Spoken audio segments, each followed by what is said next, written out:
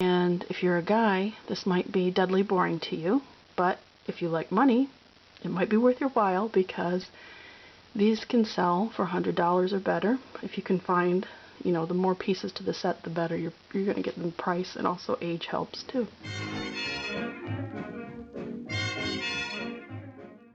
Hi everyone, Christine here, Cherry Vintage, cherryvintage.com. This is my video response for Andrew of Picking Profits, and it's regarding his tag sale haul video part 1. He said in part 2 to let him know if we thought that perhaps he missed something or if we could identify something. And he identified this teapot as a Limoges teapot, and I don't know if you know what the date is on that, but I believe it's 20s, and it might be the 30s, but I think it's closer to the 20s. And I think something you might have missed, and I'm not saying this to be mean, only because I care, is that this is a really huge stack of books, and if it shifted just a little, this wouldn't be a valuable 1920s Limoges teapot anymore. It would just be broken pieces of porcelain. Okay, now this item you identified as a footrest, which sometimes it's called a footrest, but I think more often it's called a footstool. And this part, where's my pen? Right there, that's done in needlepoint. And you know, some buyers, I don't know if you're going to sell it or not, but some buyers specifically like needlepoint. And I didn't look at the frame closely. I can't see because the video's not that fine focus enough. But that could be very well be from the 20s and 30s, or even earlier. It could be Edwardian. But one way to know is to look more closely to the wooden frame, and then, you know, flip it upside down and check out the wood and check out the hardware, the screws that attach it in. This little tray that you're holding up, that is Wedgwood. I believe that that is a pin tray from a dresser set, or sometimes called a vanity set. Although it could be, but I don't think it is, a small tray that would hold a demitasse size sugar and creamer. And I say that based on the other things that you have there look like they're from dresser sets, and I know for sure the last thing I want to talk about is from a dresser set.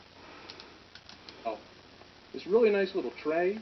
It's again, it's made by Wedgwood, and it says gold Tonquin on it. So certainly interesting. Okay, the last thing that I can identify in here is something that I think many people wouldn't know, but I would think especially a guy wouldn't know this one. They always look like a little pot with a lid with a hole on top, and that is a hair receiver. And it's part of a vintage dresser set, also called a vintage vanity set.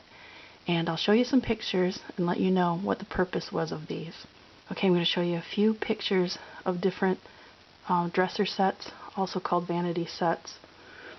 And if you're a guy, this might be deadly boring to you, but if you like money, it might be worth your while because these can sell for $100 or better. If you can find, you know, the more pieces to the set, the better. You're going to get the price, and also age helps too, and the interesting pattern. So in this set, this is Edwardian, and Edwardian would be basically during the reign of King Edward, which was 1901 to 1910, and then, but really when we date like clothes and things like this, it goes up to the end of World War I, which would have been about 1919. So you'll see that they look like they're porcelain, and they're not as detailed. I don't have any examples of a Victorian one, but the Victorian ones usually they're more elaborate with more like gold paint around the edges often, and the Victorian ones are often silver plated or even sterling silver. Okay, so this one, excuse me, I have to cough a second. My allergies are killing me. So here's a tray, and this is a small tray that pins would go on. That's a trinket box. That would be for hat pins, and it looks sort of like a salt shaker. But if you look at the bottom, there's no plug there. That would be a perfume bottle. That is a powder box, and often this can get confused with this one because some of them are not rectangular, they're round. But the larger ones, you can tell by the size, is the powder. Because the loose powder would go in there in a powder puff.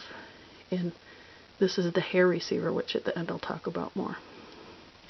Okay, this one I would say is more 20s going into the 30s. Because it's more Art Deco. You can tell because like the minimal design here and the angular design. And if you could find one of these, wow, that'd be hundreds of dollars. So this would be the tray. These have two different powder boxes. This is a nail buffer, comb, brush. This is a hand, I believe it's called a hand brush. You still use it for your hair. It's not for your shoes or anything. That is a shoe horn. And that is a button hook. Wait, I don't think it showed. Let me tip down. There. That's the button hook. And they're usually made out of some of the earlier plastics like celluloid, bakelite, and so on. Okay, now here's the semi-gross part. The pot that has the hole in the top that was called a hair receiver. That's where women would take the hair out of their brush after they brushed their hair, and they would stuff it into that little pot. And when they got enough hair, they would make one of these things. This is a real vintage hair rat, you know, because it looks sort of like a mouse. Well, this one looks more like a snake or God knows quite what. But they would take their own hair, and then they would take a thread usually and wrap it around, like coil it around, and then it makes something that they can stick in their head to make a hairstyle. So now let's check out some of the hairstyles. So this is called a low pomp or low pompadour, and it's from the Edwardian period, as I said, 1900 to about 1919.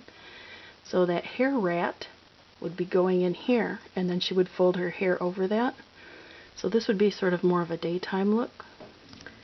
Okay, this hairstyle is from the 40s. This is how I like to wear my hair. And if you go to car shows or you like hillbilly, hellbilly, or rockabilly music like I do, you usually see women wear this style a lot. Those are victory rolls. And if you want them really high, then yeah, you use a hair wrap. But nowadays, most women, like I do, you just go to a beauty supply place and get a synthetic one. This last hairstyle is from a 1940s Max Factor advertisement. These bangs are called bumper bangs, and a hair wrap would be put in there to make them poof out so huge like that. So thanks for watching, and congratulations, Andrew, on your cool haul from this weekend. If you've liked this video, please hit the like button. If you'd like to see more like it, please remember to subscribe. And I promise, cross my heart, later this week I'll finally get around to making my video that will show you some easy tips for photographing jewelry, because I need to get my jewelry up on eBay. See you again soon.